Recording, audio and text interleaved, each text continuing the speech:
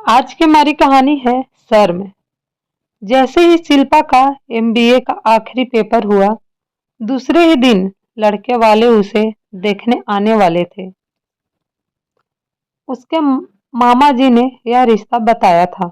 उन्होंने बताया था कि परिवार में सभी का स्वभाव बहुत ही अच्छा है, सभी लोग पढ़े लिखे हैं।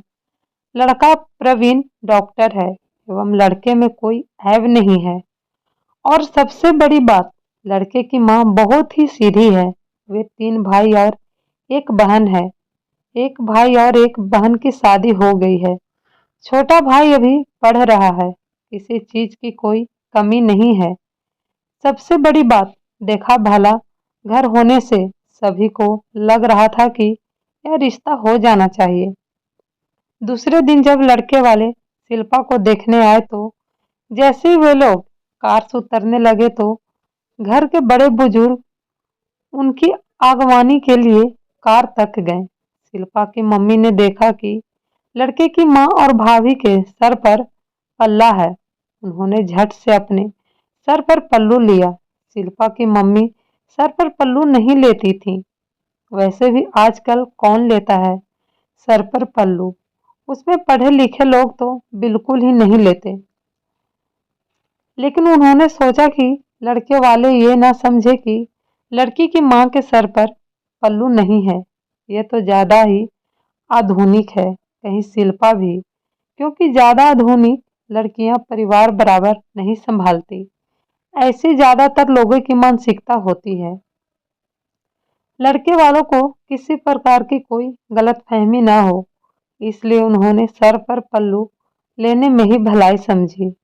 शिल्पा बहुत ही सुंदर, सुशील और सर्वगुण संपन्न लड़की होने से उसे नापसंद करने का कोई सवाल ही नहीं था। इसलिए चट मंगनी और पट शादी भी हो गई। ससुराल में पहले ही दिन शिल्पा को महसूस हो गया कि ससुराल के लोग पढ़े लिखे और सभ्य तो हैं, लेकिन पुरानी मान्यताओं से बंधे हुए हैं। बहुओं को घूंघट तो नहीं लेना पड़ता था, लेकिन सर पर पल्लू होना जरूरी था। उसकी जेठानी के सर का पल्लू घर के मर्दों के सामने कभी भी नीचे नहीं गिरता था। जींस टॉप में घूमने वाली शिल्पा को लगातार सर पर पल्लू संभालने में कठिनाई महसूस हो रही थी। लेकिन मम्मी ने समझा कर भेजा था कि अब वो वही तुम्हारा घर है। उस घर में जो भी और जैसे भी रीति रिवाज है, तुमको सबका पालन करना पड़ेगा। इसलिए मरती क्या न करती की तर्ज पर शिल्पा का ध्यान पूरे समय सर के पल्लू पर ही लगा रहता, ताकि किसी को शिकायत का मौका ना मिले। यदि घर के मर्द सामने नहीं है तो कंधे पर पल्लू रख सकते थे, लेकिन यदि शिल्पा किचन में काम कर रही है और किचन के सामने से जेठ या ससुर जाने लगे तो ससुर सासू जी शिल्पा को झट से पल्लू सर पर लेने का इशारा करती। ऐसे वक्त शिल्पा को बुरा लगता कि 1 मिनट में तो वे लोग चले जाएंगे, ऐसे में मैं अपने सर पर पल्लू नहीं लिया तो क्या हुआ। लेकिन सासू जी नाराज ना हो जाए, इस डर से वो बराबर सर पर पल्लू रखती थी। चौथे पांचवें दिन तो उसने साड़ी के पल्लू को सेफ्टी पिन से जोड़ लिया था, लेकिन पिन खिसक जा रही थी। एक बार पल्लू बराबर करते वक्त पिन लगी होने से साड़ी ही थोड़ी सी फट गई। तब जेठानी ने कहा कि पिन मत लगाया कर, धीरे धीरे वैसे भी आदत हो जाएगी। उसने प्रवीण से इस बारे में बात की तो उसने कहा, ये तुम लेडीज का आपसी मामला है, मुझे इन सब बातों से दूर रखो। वैसे भी तुम खुद पढ़ी लिखी हो, मुझे पूरा विश्वास है कि इस समस्या का समाधान तुम खुद निकाल लोगी। वैसे परिवार के सभी सदस्यों का स्वभाव बहुत अच्छा था। किसी ने भी लेन देन और शादी की व्यवस्था के बारे में कुछ भी मिन मेख नहीं निकाला, जबकि उन लोगों के मुकाबले शिल्पा गरीब घर से थी। शिल्पा सोचने लगी कि पति महोदय ने अपने आप को बहुत ही सरल तरीके से समस्या से अलग कर लिया। अब मुझे ही कुछ करना पड़ेगा। लेकिन वो अपनी सास को नाराज भी नहीं करना चाहती थी।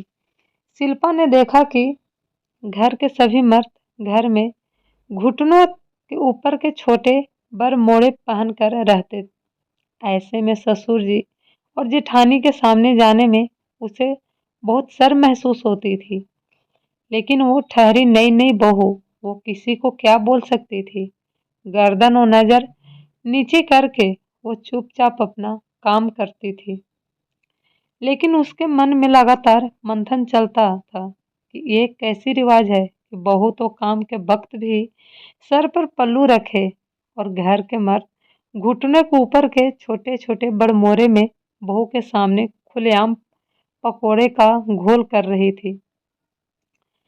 उतने में ही ससुर जी किचन सामने से जाने लगे। शिल्पा के हाथ बेसन से भरे होने से उसने सर पर पल्लू नहीं लिया। उसकी सास शिल्पा पे गुस्सा हो गई। ये क्या बहू, बड़े बुजुर्गों का कुछ मान सम्मान है कि नहीं? तुमने सर पर पल्लू क्यों नहीं लिया?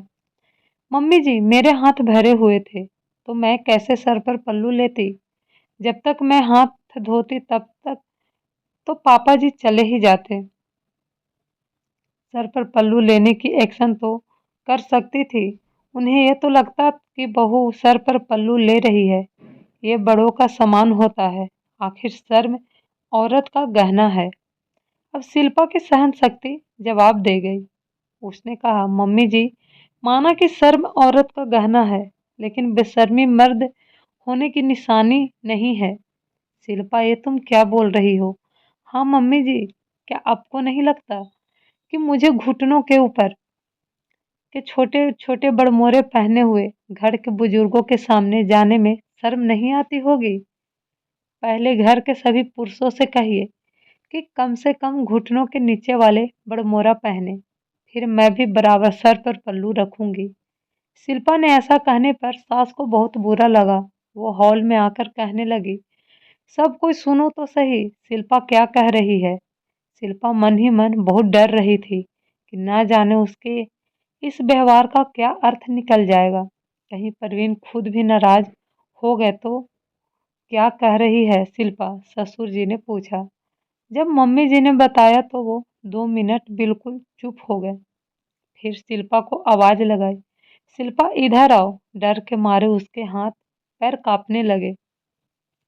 परिवार के सभी सदस्य उसे ही घूर रहे थे। ससुर जी बोले, शिल्पा, तुमने आज हमारी आंखें खोल दी। हम लोगों ने इस दृष्टिकोण से कभी सोचा ही नहीं कि हमारे इस तरह के कपड़े पहनने से बहू को शर्म महसूस होती होगी। कोई बात नहीं, देर आए दुरुस्त आए।